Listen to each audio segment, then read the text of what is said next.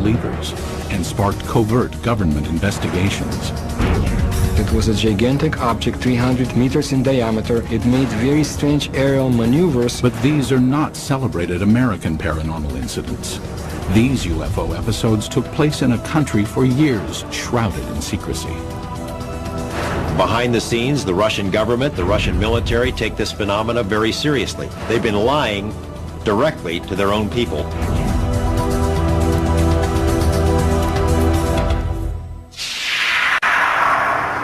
May 2002. In a remote area 100 miles outside of Moscow, an investigative team from Kosmopoisk, a group that studies UFO sightings, searches for signs of UFO activity. We are going to enter the forest. This is the place pointed out by local people to be the destination of different types of UFOs. Soviet ufologists have been active since the 1960s.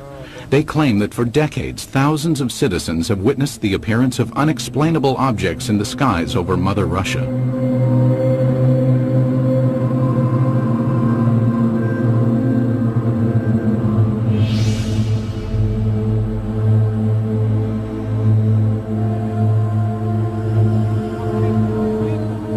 Today, ufologists in Russia work in the open and report their findings freely. This was not always the case. Before the policy of glasnost was introduced in 1985, independent investigations of UFOs in the former Soviet Union were conducted in a climate of secrecy and fear. At times, official government policy denied the existence of UFOs and any UFO activity, and prohibited anyone from reporting otherwise. The UFO research in the former Soviet Union was a very complicated matter because one had to deal with overall state secrecy.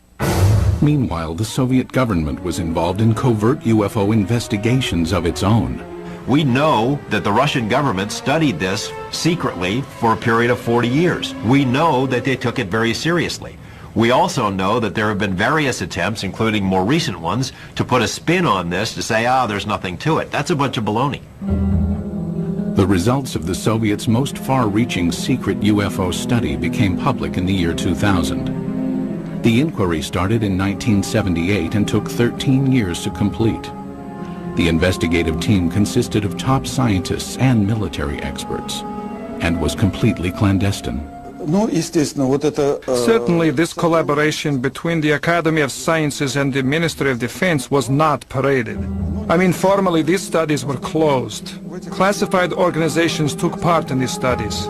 This research should have a secret character. Colonel Boris Sokolov was the coordinator of the investigation. Shortly after the fall of the Soviet Union, he met with American investigative journalist George Knapp. Sokolov told us that just as in America, 90 to 95% of these cases could be explained away, but the remaining 5 to 10% could not be easily explained. The 13-year Soviet UFO study scrutinized some of the most puzzling sightings in Russian history. In 1968, a cameraman documenting a test of a Soviet jet fighter noticed a huge triangular object in the sky. He focused his camera on the object and caught it on film. In 1977, an unusual aerial display sent tentacles of light streaming down over the town of Petrozavodsk. Some claim the event caused fine holes to be glazed in glass windows and concrete. In 1982, military personnel at an intercontinental ballistic missile base witnessed several brilliantly lit orbs overhead. Seconds later, a warning light indicated a missile had switched to the prepare to launch mode. Had an alleged UFO come close to starting a nuclear attack?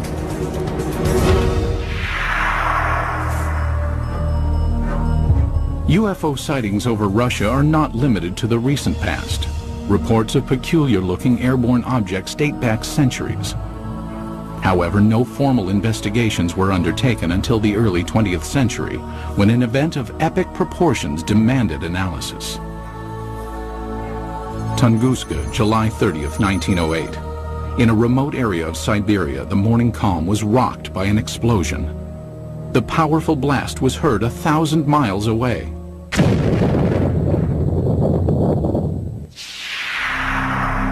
There was an enormous firewall blast, something on the order of 15 megatons of equivalent energy, which is roughly 1,000 times that of the Hiroshima blast at the end of the Second World War. This was an extraordinary event. Because of the remoteness of the Tunguska region, it was almost 20 years before any government researchers visited the site. The first expedition to reach Tunguska was headed by Russian mineralogist Leonid Kulik. When the initial expedition got to the Tunguska area in 1927, the natives were reluctant to show the scientists into the region because they thought the god Agdi had devastated the area because of the wickedness that was going on, and he had destroyed the trees, killed the animals. Kulik eventually convinced locals to direct him to the blast location. Believing a meteorite had caused the massive explosion, Kulik assumed he would find a crater at the point of the meteorite's impact. To his surprise, there was none. He looked for meteorite samples on the ground because often when an object hits the Earth, it throws up debris, and the debris is recoverable around the edges of the crater. But of course he didn't find that either. What Kulik discovered has stirred UFO debate for decades. At the blast's epicenter was a frozen swamp with an untouched clump of fully grown trees in the middle. Circled around the grove, 10 million dead trees lay in a symmetrical ring, seemingly mowed down by a cosmic scythe. So here we have an enormous blast site with no crater, no fragments or meteorites around the rim of the crater, and this radial pattern of burnt trees knocked down for some 20 miles in all directions. In the years that followed, others traveled to Tunguska to study the unusual occurrence. There might have been fruits obtained by labors of another expedition sent by the head of the Soviet secret police in the late 1940s. But all we know is that such expedition existed. We do not know what has happened to the items and the information it collected. Further baffling ufologists were reports of radiation damage in the Tunguska blast region. There were also some reports of mutations taking place in plant life, and even some humans apparently suffered some gene damage. In 1947, Russian Army Colonel Alexander Kazantsev developed a remarkable theory based on information about the devastating consequences of America's atomic bomb attacks on Japan. He was listening to the report about the nuclear bombardment. The announcer gave a very long and very detailed description of how and in which direction trees, houses had fallen, and so on, how everything was hit. He realized that what had happened in Hiroshima, exactly the same happened at Tunguska, only nearly half a century ago. Kazantsev hypothesized that the nuclear-like devastation seen at Tunguska must have been caused by the crash of a nuclear-powered alien spacecraft. But the scientific community rebuffs the UFO theory. Scientists claim the Tunguska explosion was caused by a rare but explainable natural event. They believe an asteroid dropped to just 3 miles above the Earth's surface and then exploded. As the object came in, it was being decelerated and squeezed by atmospheric forces. It blew up with the force of a hydrogen bomb. The shock wave smashed down the forest, knocking trees away from the blast and resulting in a pattern away from ground zero. But how would an asteroid explosion explain the reports of radiation damage in the Tunguska area? Scientists say it can be attributed to the sheer magnitude of the explosion. As we mentioned before, the blast itself was 1,000 times greater than the Hiroshima blast at the end of World War II. The blast would have generated a series of very high-speed charged particles and would have been the cause of some of the mutations in the gene structures of plants and animals. But to this day, scientific explanations do not satisfy many ufologists. I have been several times to the place where the Tunguska body fell. I intentionally call it body, not meteorite. I mean, the catastrophe of an asteroid, of a comet, or of any other natural body cannot lead to such consequences. A number of expeditions found things that they couldn't explain. There are some people who were saying that the evidence suggested this was some kind of an alien spaceship. That was the kind of magical explanation you use when you don't have enough real science to understand the physics and the astronomy involved. Throughout the rest of the 20th century, magical explanations of unidentified flying objects over Russian skies would continue. And in one instance would help expose a top-secret Soviet military project.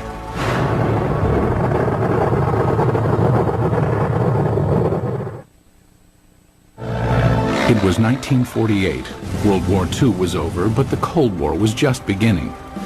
Soviet leader Joseph Stalin had initiated the Berlin blockade and directed his scientists to develop a nuclear weapon to rival that of the United States.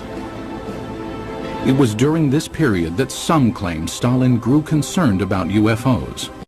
It is said his interest stemmed from reports of a 1947 UFO incident in Roswell, New Mexico.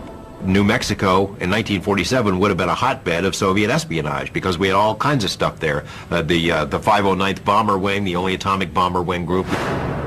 Purportedly, Stalin ordered Sergei Korolev, the founder of the Russian space program, to analyze information about the supposed Roswell crash and report his findings. Mr. Korolev came up with an answer. Yes, UFOs exist. No, they present no immediate threat. And after evaluating the information, all that the Russians had acquired on Roswell and on UFOs, Korolev concluded UFOs are real. They appear to be intelligently controlled. That's what he told Stalin, and Stalin in turn said, that's what my other people have concluded as well. While concrete proof of the conversation does not exist, several Soviet scientific agencies did begin investigating UFOs in the ensuing years. Stalin, after getting this information about Roswell and UFOs in general, did the same thing basically that the American government had been doing. He condemns UFOs in public and then conducts secret tests behind the scenes. He had all sorts of high-level scientists who would research the problem for him and then report to military officials, all behind the scenes. Also hidden from public view were UFO reports culled from Soviet Air Force pilots. Between the mid-1950s and mid-1960s, pilots reported approximately 15,000 UFO sightings. It is very difficult to find a pilot who has been flying for many years and has never seen a UFO. Most of these sightings can be easily explained. In an era of superpower distrust, flights of American spy planes and spy balloons were common over Soviet skies. But investigative journalist George Knapp, who has viewed portions of the Soviet UFO files, found some of the pilot sightings perplexing. There were 40 instances where Russian warplanes were sent after UFOs. This is not temperature inversion, this is not a weather balloon, this is not swamp gas, these are craft floating around in the airspace of Russia, and they sent warplanes to go chase them. While pilots continued to report strange objects in the sky, none could offer tangible evidence to support their claims. But in 1968, over the skies of Riga, Latvia, an alleged UFO sighting was caught on film. As a Soviet propaganda film crew documented a test flight of a fighter interceptor jet, the pilot noticed an unusual object high in the sky.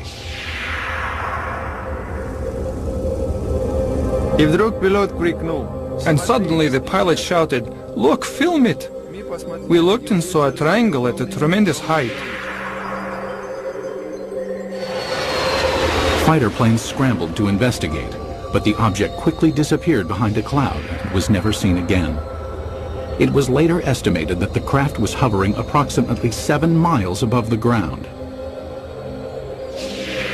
The film was sent to the Kremlin, where it remained locked from public view for years. They really took it seriously. I say seriously because the film was taken away. It was declared completely secret. Outsiders have only recently seen the confiscated film. While some maintain the film is conclusive evidence of a UFO, skeptics argue the vehicle was most likely a French-made high-altitude research balloon.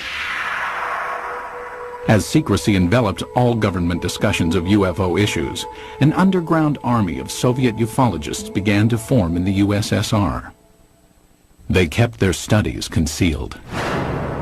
Russians who study UFOs in this period report that they had a very serious feeling of threat from the Soviet government, that they were doing something which the Soviet government disapproved of. The leader of civilian UFO research was Felix Ziegel, the man considered the father of Soviet ufology. Felix Ziegel was a Soviet scientist. He was a doctor of mathematics and astronomy at the Moscow Aviation Institute. He made it his job to find out why are the strange objects or in the skies of his country. Ziegel challenged the Soviet system by conducting paranormal lectures, organizing independent UFO investigations, and urging Soviet citizens to report any and all sightings. His efforts were not without risk. We cannot say, of course, that people would be put in jail for it, but still Ziegel suffered. He was harassed both in his place of work, at the Institute of Aviation, and he was harassed by the state government authorities. Ziegel and his investigators spread information about UFO sightings through an underground press network. Samizdat, private publications used to disseminate information, were strictly forbidden by the Kremlin. In his time, brochures were printed in a samizdat way. They were collections of observations and letters, typed in 5 to 10 copies. All materials were typed with the use of carbon paper.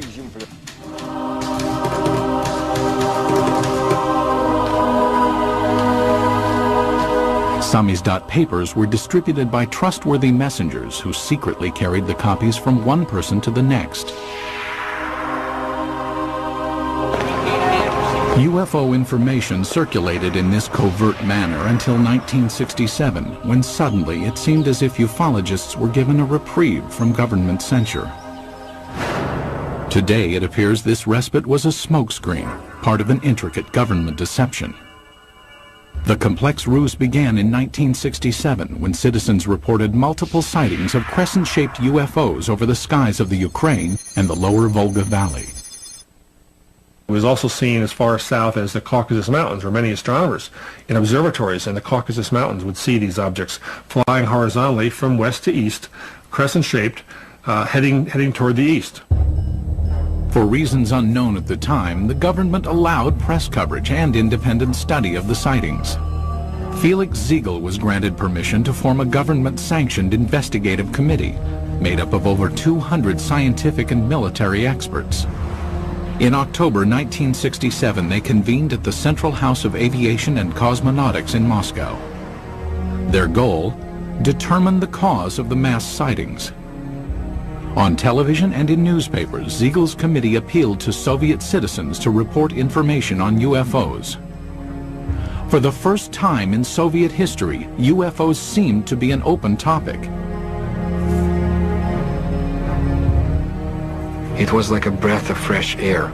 Freedom of discussion about a forbidden subject was permitted to the Soviet citizens.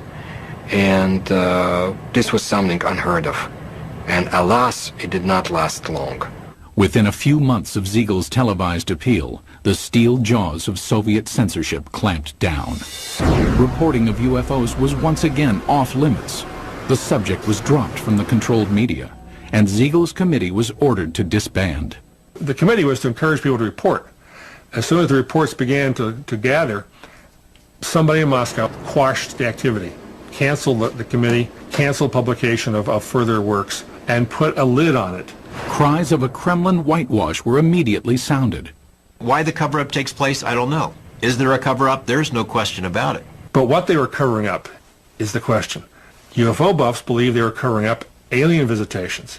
I think the evidence is clear they were covering up descriptions of their own secret military aircraft and missile activities and satellite activities.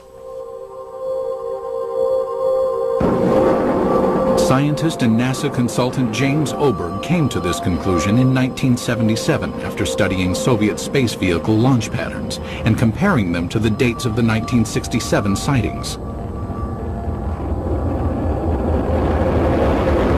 He deduced that the crescent-shaped objects witnessed in the sky were not alien in nature, but could be attributed to secret tests of a new Soviet missile warhead.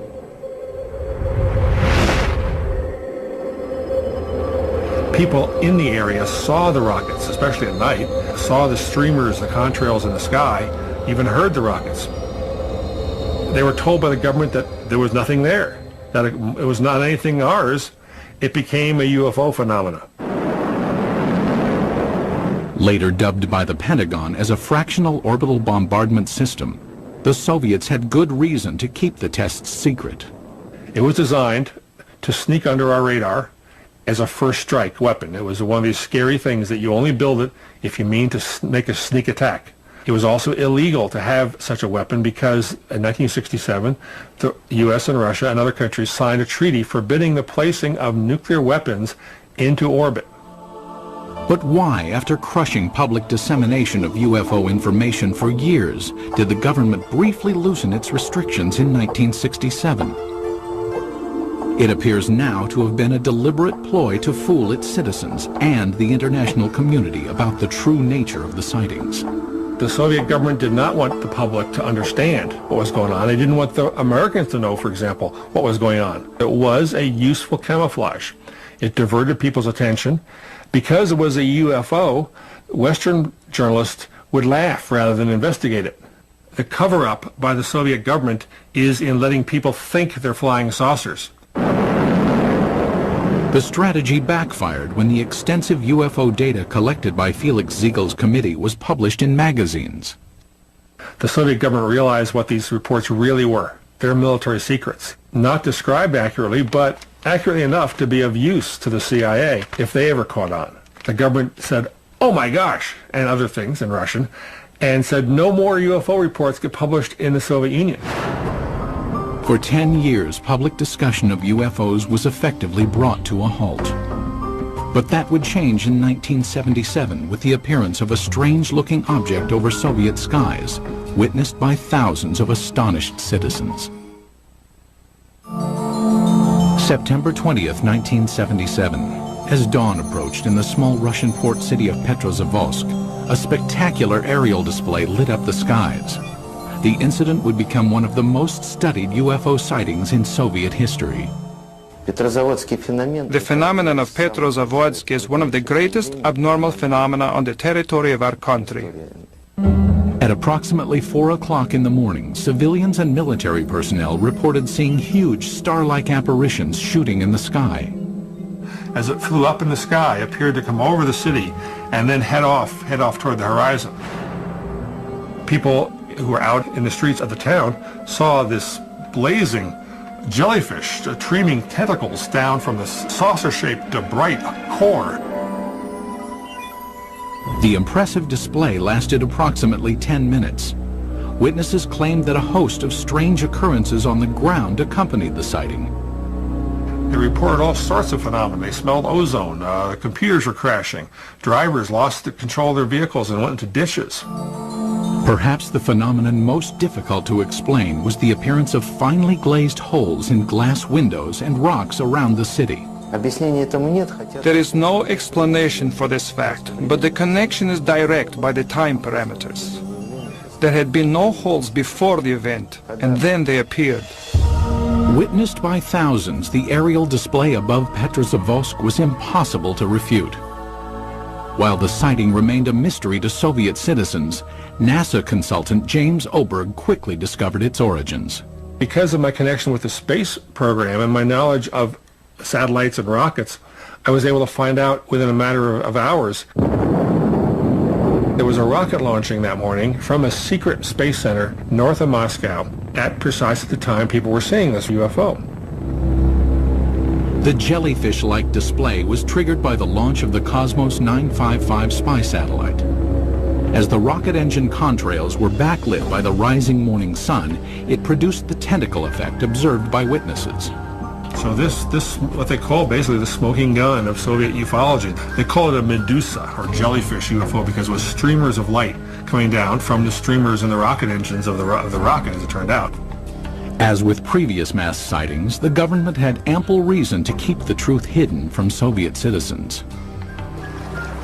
The satellite was launched from a secret military space center called Plesetsk, one of several undisclosed missile bases scattered throughout the Soviet Union.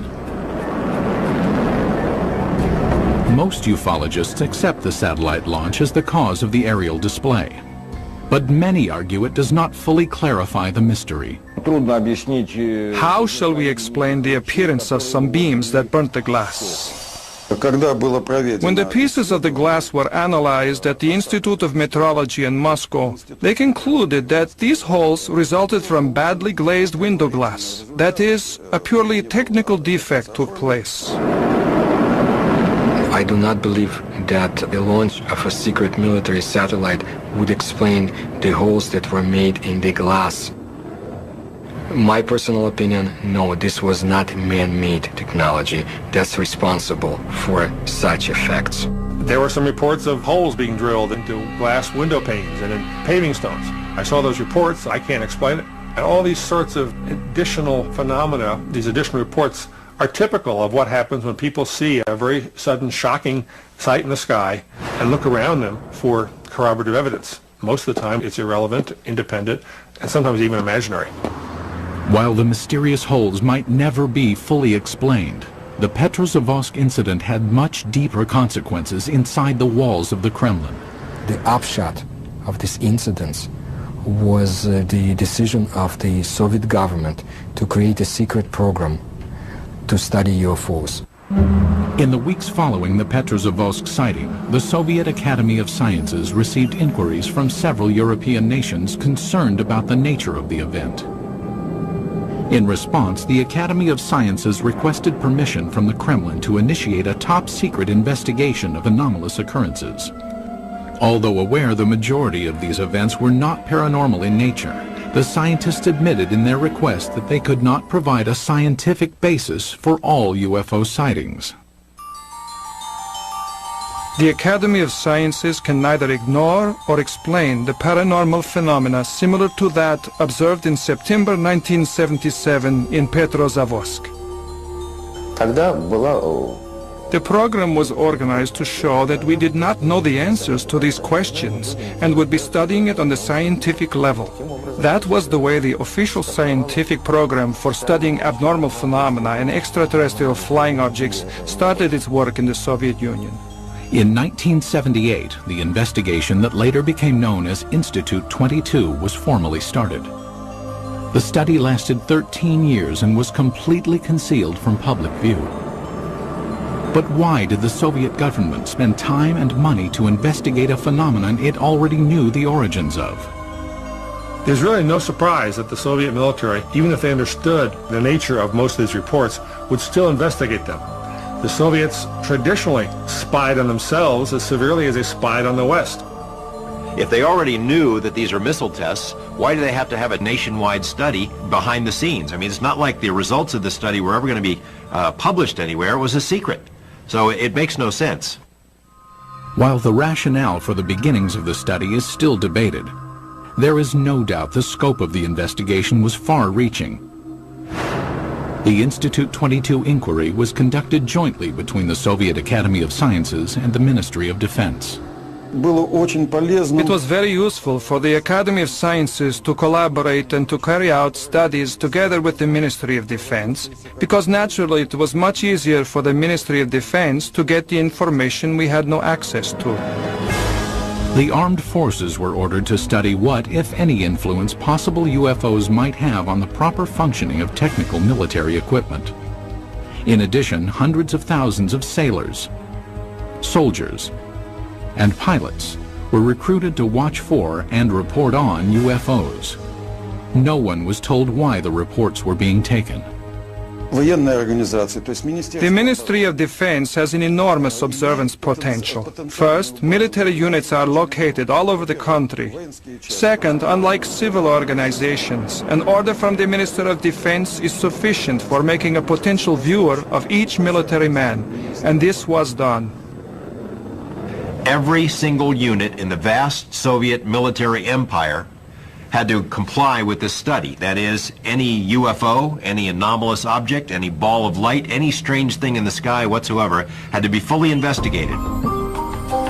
Scientists were directed to investigate the physical nature of alleged paranormal phenomena. The data collected by the military and scientists was analyzed in a lab located in a nondescript building in a suburb of Moscow. The personnel of the laboratory were not numerous, not more than 10 people, and this number was never exceeded. But the specialists from almost all the scientific areas worked there, from a physician to specialists in radioelectronics, meteorology, and astrogeophysics. Practically all the specialists were represented there. It was done in order to study all possible aspects of UFOs.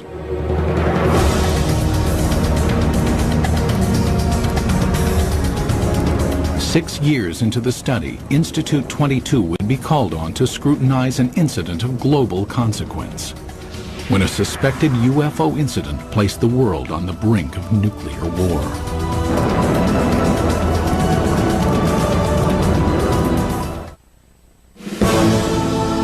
The early 1980s were a time of tense relations between the Soviet Union and the West. The era of détente had ended, and the Russian landscape was studded with intercontinental ballistic missile silos. Each contained nuclear weapons aimed westward. It was at one of these silos that a reported UFO incident caused a nuclear scare. Today, this ICBM silo in the Ukraine is deserted, dismantled in compliance with a nuclear arms reduction treaty between the U.S. and USSR. But at this silo in 1982, something went terribly wrong.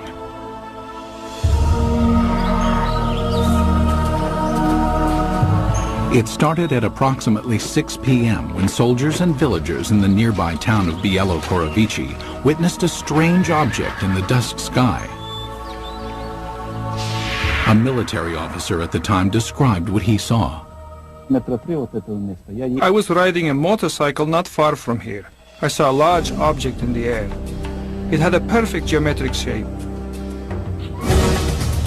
At the same moment inside the silo, an emergency warning light indicated that a nuclear missile had switched to launch mode.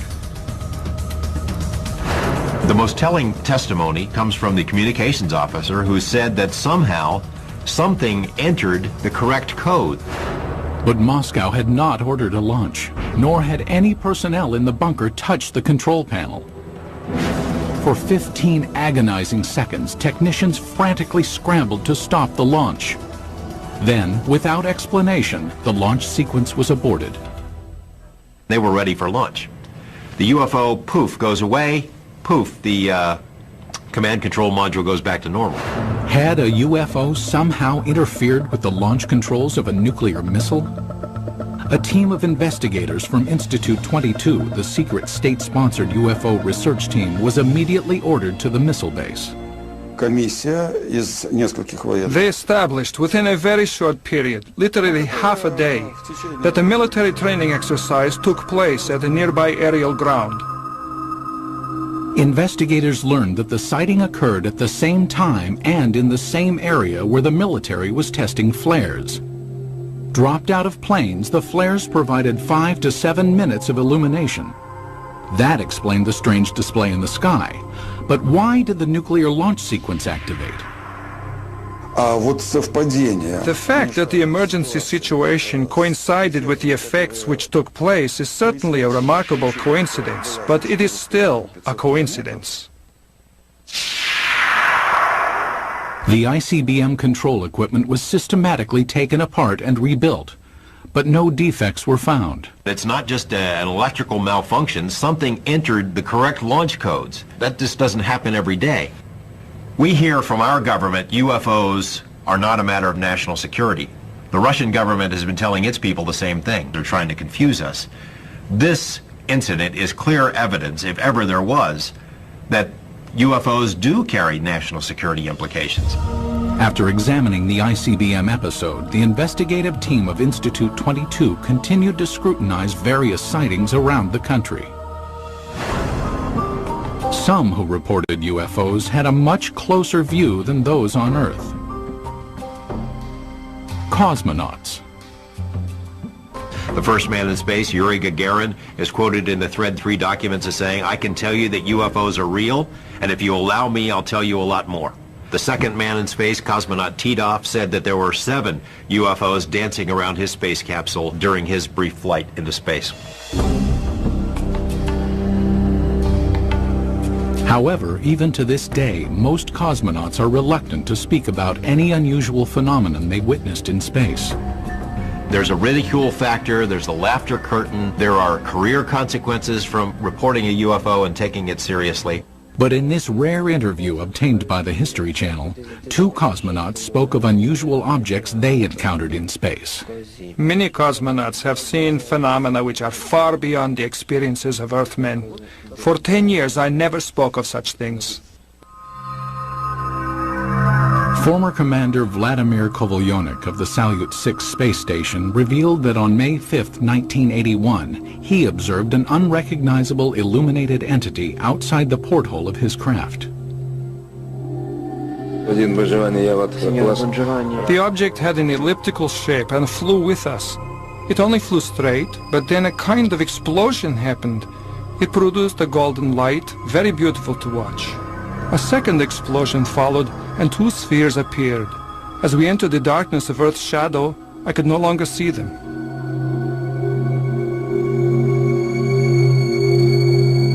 On a Mir mission in 1991, cosmonaut Musa Manarov managed to videotape an anomalous object during a routine docking procedure. I was looking out the biggest window. It was directly in front of me. I am familiar with the construction of all spaceships, but this was different. There is ongoing debate about sightings of unidentified objects by cosmonauts and American astronauts alike. Skeptics insist there is enough debris left in orbit to constitute a plethora of unusual sightings.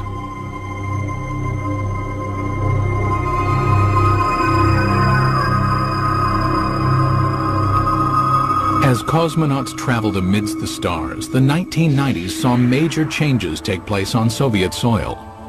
When the walls of communism crumbled, American UFO investigator George Knapp ventured to Russia, hoping to discover just what secrets the Soviets had been hiding about alien encounters. What he found was startling. Beginning in the mid-1980s, the leaders of the United States and the Soviet Union conducted several summits aimed at reducing both nuclear arms and tensions between the 2 superpowers. Shortly after one such meeting, President Ronald Reagan revealed he and Mikhail Gorbachev had discussed the topic of alien encounters. I couldn't help but say to him, just think how easy his task and mine might be in these meetings that we held if suddenly there was a threat to this world from some other species, from another planet, outside in the universe. We'd forget all the little local differences that we have between our countries. Reagan made 5 different public statements, including one to the United Nations, that, well, boy, wouldn't it be something if UFOs were suddenly a threat to us and we'd all get together? And so Gorbachev kind of responded, yeah, it sure would. You know, we would get together. Lo and behold, we did get together. You know, the wall came tumbling down, perestroika, glasnost. With the collapse of the Soviet Union came a new era of openness in Russia. Thousands of miles away in Las Vegas, Nevada, investigative journalist George Knapp, who had studied many American UFO incidents, realized the time was perfect to explore Russian reports. 3 years ago, we have succeeded in obtaining several hundred pages of secret Russian UFO documents and photos. Other Western journalists followed. Today, it's a new ballgame. The lid has been dropped on government UFO files, although there is still plenty of information to be found. It occurred to me, now may be the time to go ahead and try to find out what the Russians know about UFOs. It was a tumultuous, crazy time, but a wonderful time to be there as a journalist. In 1993, Knapp traveled to Russia and was introduced to Boris Sokolov, the coordinator of Institute 22. Like many government-funded scientific projects from the era, Institute 22's funding had been cut and the project disbanded. Sokolov provided Knapp with some of the recently declassified UFO files, containing information on the cases that were more difficult to explain. He had culled from the thousands of reports some of the most interesting ones and had kept them in these binders, and we were able to get them and bring them back. Why would the Russian military study all of this stuff? Colonel Sokolov said it was a very practical reason. They knew that UFOs could do things that their planes couldn't, figured by studying it, they may be able to get an advantage over us in terms of stealth technology. Upon returning to the United States, Knapp made some of the files public. As a result, Colonel Sokolov was ridiculed by some back in his homeland. Officially, Russia was a democracy, but the communists still had a lot of influence. There were communist newspapers that attacked him broadly as being a sellout to Mother Russia.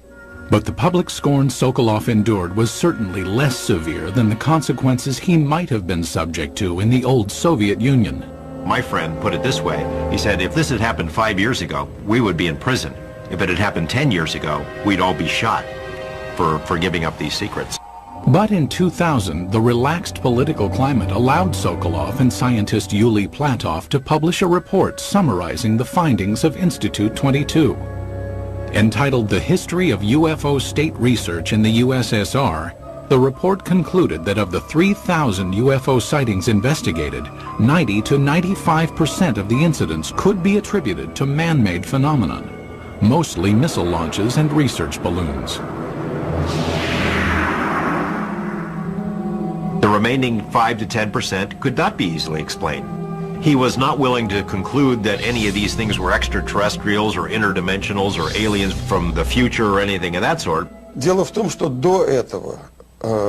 thing is that before, the enthusiastic ufologists had affirmed in literature that all we saw was due to contacts with the extraterrestrial civilizations. No. It turned out that only a very small percentage of events remained unexplained. But in a land that for so long concealed information and suppressed dialogue, many ufologists wondered if the report revealed the entire truth. There is a vast treasure trove of KGB documents on this topic somewhere that no one has ever seen.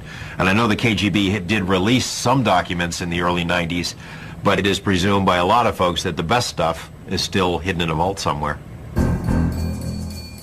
What happened to the files? Who keeps them? Until we ourselves go through the files, we cannot say whether what Mr. Platov and Mr. Sokolov say is true. It will probably never be known exactly how many Soviet UFO files remain classified, or what they contain. Most in the scientific community doubt any smoking guns exist in the unseen files. People in Russia still have a very powerful sense of gossip and rumors, because under Soviet days, so many things were illegal to talk about, illegal to know. So they replaced the reality with a very rich mythology. UFOs became part of that mythology in Russia, and it's still a very powerful theme over there. But many UFO enthusiasts remain suspicious, believing that the proof of alien encounters exists and is still being hidden.